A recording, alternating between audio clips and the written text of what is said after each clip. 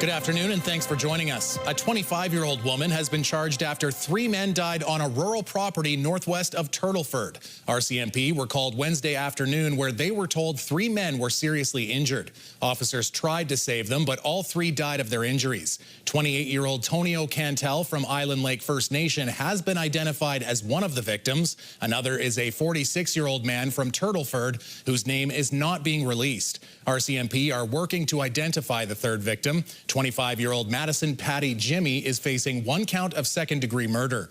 RCMP say their investigation has determined each victim was shot and that they were all victims of homicide. Investigators also found several guns on the property. RCMP are not looking for any other suspects. There's no word on whether Patty Jimmy will face any additional charges.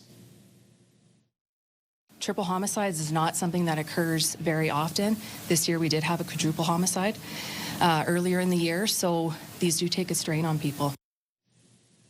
A 68-year-old man in Saskatchewan has been charged with murder in the death of his wife. RCMP say they were called to do a wellness check at a home in Snowdon, northwest of Nipawin, Wednesday afternoon. When they got to the residence, they found 69-year-old Diane Searcy dead. Her death was considered suspicious. 68-year-old Kevin Searcy, who was at the home, was taken into custody and charged with second-degree murder. Humboldt RCMP are investigating after a fatal rollover. On Wednesday afternoon at 1 o'clock, RCMP responded to a single vehicle rollover on Highway 761, about 9 kilometers east of Lanigan. Police, EMS, and firefighters responded immediately. The driver was declared deceased at the scene, a 34-year-old from Winnipeg. His family has been notified. Prince Albert saw its first significant snowfall this week, but Environment Canada says winter isn't here to stay, at least not yet.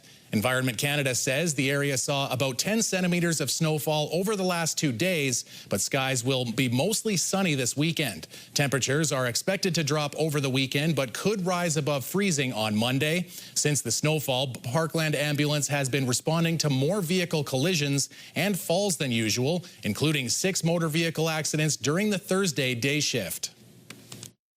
Lots of people where the road conditions have been icy, they've slipped off their highways.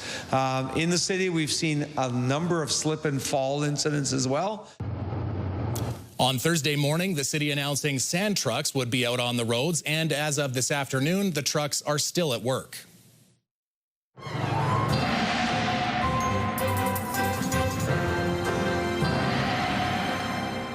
Well, Jeff, if the sand trucks are still at work, then so are we, right? What kind of weather do we have going into the weekend?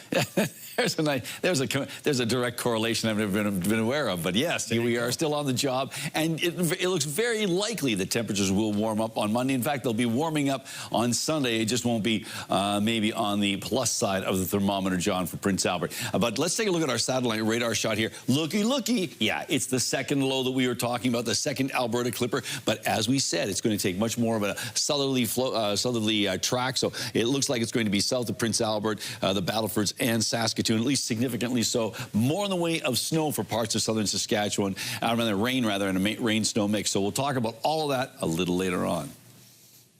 The Saskatchewan government is expanding strep throat testing to more communities. 11 more pharmacies across the province will now be able to test for strep, bringing the total to 22 locations. At these pharmacies, trained pharmacists can assess symptoms, perform a rapid strep test, and prescribe medication if needed.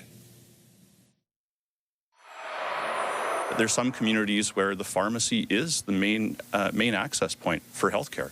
So I think specifically in those communities, this is a great opportunity to really expand what can be done in a pharmacy from a primary care sense, so that people can stay closer to home, people have quicker access.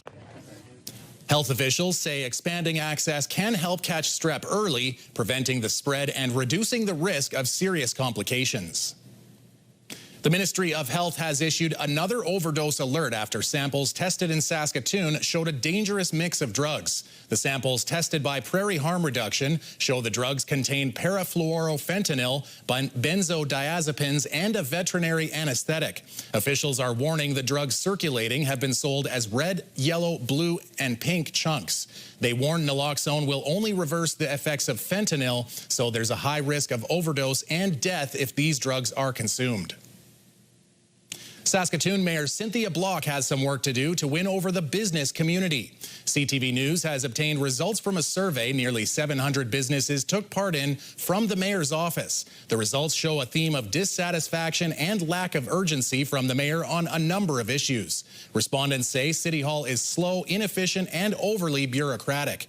Businesses also say council and the mayor show a lack of business understanding. Overall, City Hall's relationship with businesses was rated at 4.5 out of 10. Block is taking all the information in and says this is just the starting point of an ongoing dialogue. We know there's frustrations, and we share those frustrations, that it doesn't matter if the data show that our overall spending is down 10% over the last decade when adjusted for inflation. That doesn't mean anything if on the ground people are struggling. The top concern from businesses, tax increases making Saskatoon too expensive to operate in. Some Saskatoon high school students gathered today to pay tribute to those who have served our country.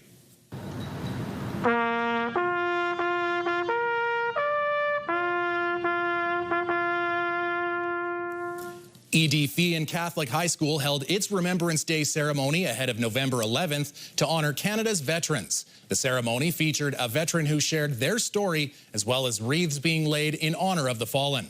Students also had a chance to add the names of family members who are veterans to the school's Wall of Remembrance. After the break, a women's choir warms up for a good cause. Jasmine Peltier catches up with the Watsonnaires ahead of the annual Christmas concert.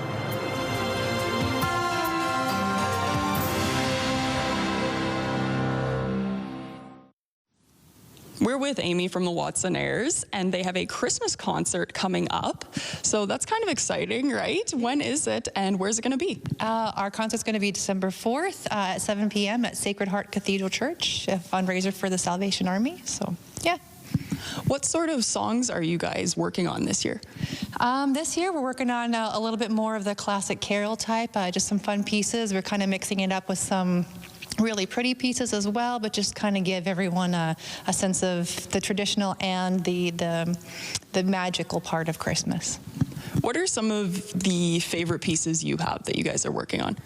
Right now, I'm really enjoying a version of God Rest Ye Merry Gentlemen. It's very jazzy, and it's really quick. If you've ever heard of Dave Brubeck's Take 5, it's a lot like that. And then we have a couple other really lyrical pieces, one called All Is Well. It's just very beautiful, and it just kind of reminds you of like the magic of Christmas with the blanket of snow on the ground and the dark sky, so it's beautiful. Did you guys select any pieces this year that are a little more challenging vocally that you have to put some more effort into, or? Absolutely, that's a good question. Yes, for sure. We're struggling with a couple of them, but I won't name the piece so if anybody comes they can't figure it out. But yeah, we did pick out a couple of pieces, and one is very challenging because there's a lot of like cluster type melodies that it's hard for the ear to hear, and so it's really given them a challenge and something to kind of work on and work towards. But they're nailing it, and so I'm really excited to hear the final product at the Christmas concert. No, it's great that you're choosing something where you have the opportunity to grow and like advance everybody's skill set with it, right? Like that's kind of exciting. Yeah, they say that too, and it's really nice. So I'm happy to share what I can with them, and then in turn they share their talent back with me. So yeah, it's really great. How long is the show going to be? Like, how many songs do you kind of have in the set list?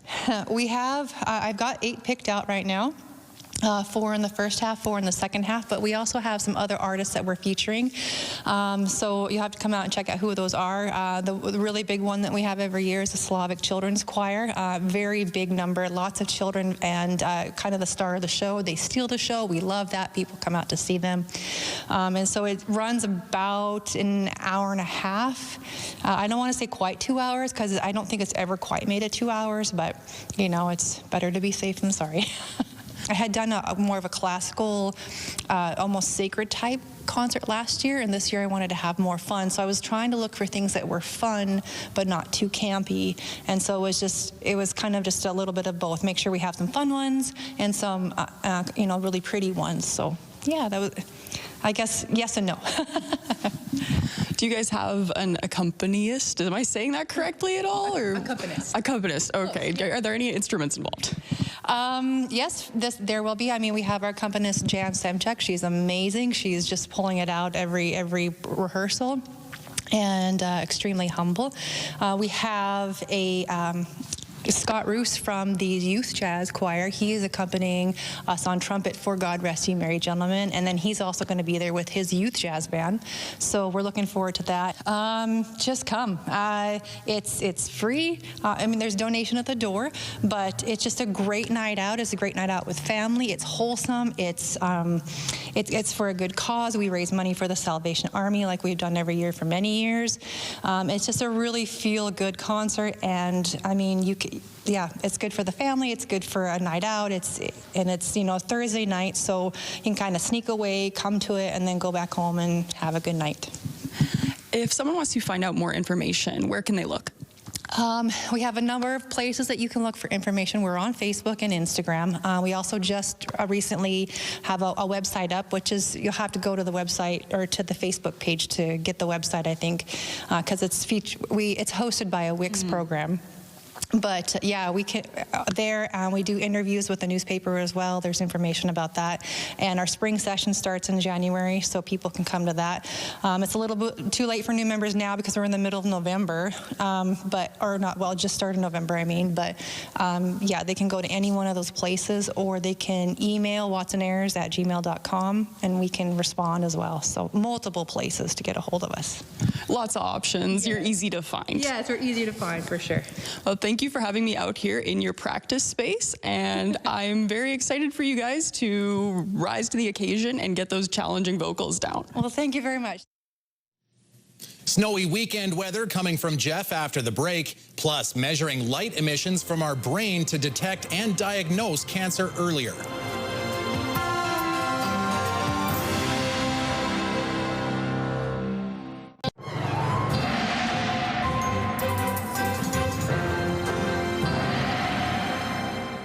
Well, Jeff, the images down in Saskatoon look a little more slick, and those images up in PA, it's a lot more of that white fluffy stuff. Yeah, exactly. We talked about this yesterday. Prince Albert was dealing with not only pretty much a day-long snow event, but also at one point some freezing rain. So that didn't make roads very passable. So I know people are having some issues with the road issues. But now we're moving on to the next system. But the good news is the next system, as we had just as advertised, this low-pressure area, this second Alberta Clipper, tending to take a southerly track, so Prince Albert, Saskatoon, and Battlefords are not expected to get much in the way of precipitation, if anything, and this system is going to continue to track this way and make its way into the parts of the American Northwest, parts of the American Midwest, and then a Great Lakes region, so we'll keep our eye on all of that. Here's the futurecast. So certainly there's the track that's taken. You can see the bullseye of that low starting around about here and moving all the way down this way. And if there is any snow, it'll be sort of lingering and sort of isolated in nature. Now we're going to move on to what we've got going on for Spiritwood, minus 14 degrees, minus 11. Partly cloudy skies in most locations, even though the icons don't show up. Minus 16 for Candle Lake and Birch Hill, so it's cold out there.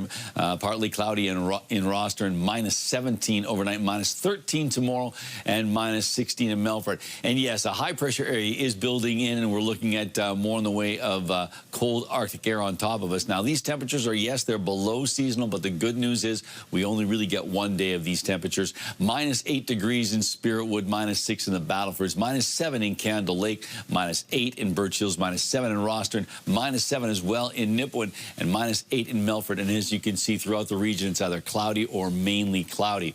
All right, let's take a look now and see what's going on for the Prince Albert area in detail. So tonight, dropping down to minus 16 degrees, mainly cloudy skies, winds out of the east at 10, so easterly winds tend to be a bit on the cool side, and that wind will stay on the cool side. Well, it's from the southwest, but it's just not going to be that warm. So yeah, usually a southwesterly wind is a bit warmer, but minus 7 tomorrow for a high, and so it'll feel colder than minus 7 with that light breeze. Mainly cloudy conditions prevail in Prince Albert area on Saturday, but look at this, minus 3 on Sunday, just a hair below seasonal, and then 5 on the plus side on Monday. For Tuesday, Remembrance Day, we're dealing with a high of 4 degrees, and then temperatures start to drop off, but these are still above seasonal. So 3 degrees on Wednesday, 1 on Thursday, and 1 week from today, we've got an even chance of some flurry activity and 1 degree. We'll wait and see if that shows up.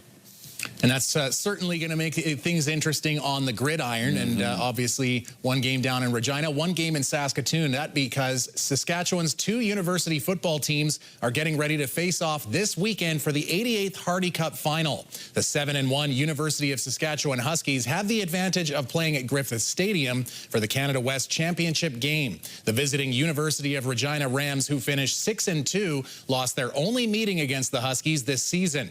It's a rematch of last year's Hardy Cup, where the Rams won 19-14. With snow on the ground, weather conditions could factor into the game that both coaches say they're prepared and excited for. I think we should play every year, twice a year, just being rivals and being so close. And but yeah, we're excited. It's been a while. It's been week 4. It was nice that we did get to play up here for a lot of our first-year guys who've never been up to Griffith Stadium. So yeah, it's long overdue, and we're just excited for an opportunity to compete against one of the best teams in the country. This is going to be the most physical game of the year. I can guarantee you that. It just will be. They're going to be structurally sound, well-coached, all that stuff. So top of mind for me is just making sure that we know what we're doing, that we're in our spots, and we're as coaches putting them in positions to succeed. Kickoff is at 2 p.m. Saturday from Griffith Stadium. Bull riders in Yorkton are ready to spend the toughest 8 seconds on dirt. Virginia DeClute reports from the Westland Insurance Arena, where preparations for the weekend's PBR event are now underway. The Westland Arena was quiet on Friday, a stark contrast to what's coming later. Just hours away from this building being jam-packed with people and just a high-energy, great show with PBR. The event promises pyro, good music, and of course, some of the best bull riders in the country. We're so fortunate to have this caliber of a professional bull riding event come to Yorkton. It is such a great production and high energy, and by ticket sales, people just love the thrilling adventure that bull riding brings. The PBR organizers said the Gallagher Center is a first-rate venue, but the biggest challenge is what's outside. The weather, well, it's always a bit of a challenge in Yorkton, but our team is working through it. We're almost ready. The lineup is strong. A bunch of ranked bucking bulls from, 5 to 6 of our country's top firms bringing in their A-pen. It's a battle to find that champion bull rider, and it all kicks off tonight at 7. But who rides these giant animals? Actually, the top 1 and 2 bull riders in the nation right now, Jared Parsonage and Dakota Butter, are both Saskatchewan athletes, born and raised. So they're veterans of the game, and they've been at the top of the game for a lot of years. The Yorkton PBR is the final stop for the 2025 PBR Canada season. The goal for these bull riders is a national title. So the national champion will leave Edmonton, Alberta at Rogers Place in 1 week time with a $100,000 bonus. After the rodeo ends, a barn dance will wrap the 2025 Harvest Showdown. Virginia DeClute, CTV News, Yorkton. Do you have a community event you would like to promote? Or maybe you'd like to draw attention to your organization. Let your local CTV station help you spread the word. Contact us at 306-922-6020 or email panews@ctv.ca. You can appear on CTV Prince Albert's News at 5 and get your message to our viewers.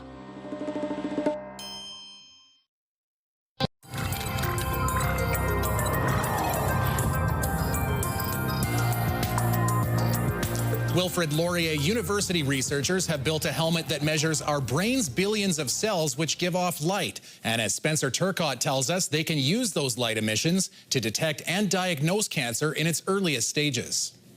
We put gel into each of these 19 electrodes. It looks like a mad science experiment. So it just sits snugly on top. And it kind of is, but this mad science has the potential to save lives. The general gap that we have in cancer detection is that we're completely reliant on biomolecules, genes, and physical constructs. Wilfrid Laurier Assistant Professor Narosha Murugan is the brains behind the quest to find another way to detect the disease. disease. Her team of researchers landed on the light that our cells emit. If we're trying to look for a way to non-invasively detect brain cancer with one of the most common aggressive forms is glioblastoma, we kind of need to tease apart the signals. So using ultra-sensitive detectors to pick up individual photons, sensors in this helmet record the electrical and photonic landscape of our brains. Our goal is to detect cancer in the earliest form. It's really consistent, a few spikes. The trouble with current cancer detection technology is that it requires an accumulation of cancer tissue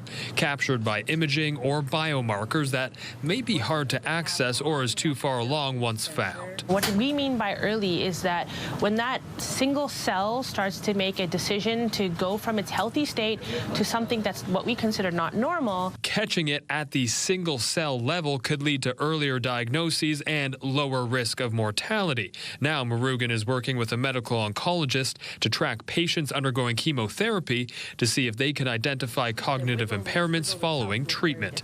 If successful, the magnetic fields may also have the ability to halt progression of psychiatric illnesses. I think our technology has the potential to be on the preventative side. A no-brainer in her eyes when it comes to pushing cancer research and overall wellness ahead. Spencer Turcott, CTV News, Waterloo. Brought to you by Saskatchewan Union of Nurses. Thank you to Saskatchewan's 11,000 registered nurses. All right, Jeff, let's class it up a little bit here for this Friday afternoon. And luxury train travel is hopefully coming back to Italy. It's a present for me, and it's really good. Look at that, the La Dolce Vita Orient Express. It's a joint venture between a few European companies. Passengers can dine on board, ordering from menus created by a 3 Michelin star chef. They're offering routes through Sicily, Tuscany, and the Dolomites. Prices are around $5,600 a night, so save up. That's not bad. Hey, you know what? Hey, look. If you got the do-re-mi, why not? Look how steady it is. Imagine having to do that on a regular train where you're bouncing around. Cool. So they've got that down pat. Yep. Have a great weekend.